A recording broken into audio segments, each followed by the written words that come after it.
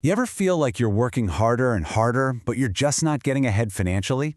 Well, listen, the problem probably isn't your work ethic. It's more about your financial programming. So, today, we're going to break down the mindset that really separates the wealthy from, well, everyone else. All right, so let's get right into it. The whole idea here comes from a really unique upbringing. The author had two dads. His poor dad, that was his actual father, was this brilliant, highly educated guy who, believe it or not, struggled with money his whole life. And then there was his rich dad, his best friend's father, who was more of a street-smart entrepreneur, and he ended up building an absolute empire. And this right here is where everything begins. Poor dad always said, the love of money is the root of all evil. But rich dad, he said, no, the lack of money is the root of all evil. I mean, think about that for a second. That one single difference in how they saw the world, it basically shaped their entire lives. And this quote, it just nails it. See, financial success isn't really about your fancy degrees or what you learned in school. It's about actually exercising your financial brain, waking it up instead of just letting it sleepwalk through your finances. So why does this difference in mindset matter so much? Well, because it's the key to escaping a trap that, honestly, catches most people. We're talking about the rat race. You know how it starts. It's that advice we all hear growing up, right? Go to school, get a good, safe job, and make sure you get that steady paycheck. I mean, it sounds like the smart, safe thing to do.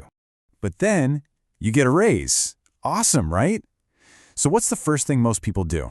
We upgrade our lifestyle. We get a bigger house, a nicer car, and before you know it, all that extra income is just getting eaten up by higher expenses and, of course, higher taxes. So you got to ask yourself, who are you really working for?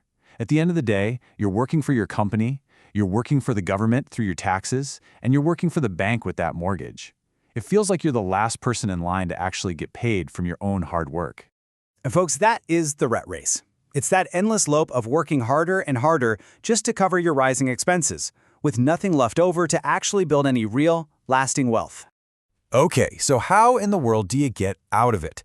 It actually comes down to understanding one incredibly simple but really powerful rule. It's this simple.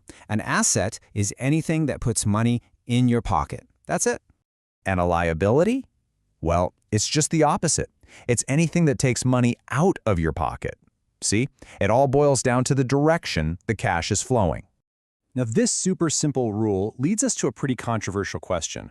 One that kind of shatters what most of us have been told our whole lives. Is your house an asset? Okay, let's break this down. Look at an income-generating rental property. You get rent checks, right? So money is flowing in to your pocket. That makes it an asset. Now, what about your own home? You're paying a mortgage, taxes, insurance, maintenance. Money is constantly flowing out of your pocket. By this definition, that makes it a liability. Getting this distinction right is absolutely the key to building wealth. And it really all comes down to one core concept: minding your own business. And here's the thing. Your job is not your business. Your business is your asset column. See, most people focus on their income statement, their paycheck, but the wealthy, they focus on their asset column. So what exactly are we talking about when we say assets?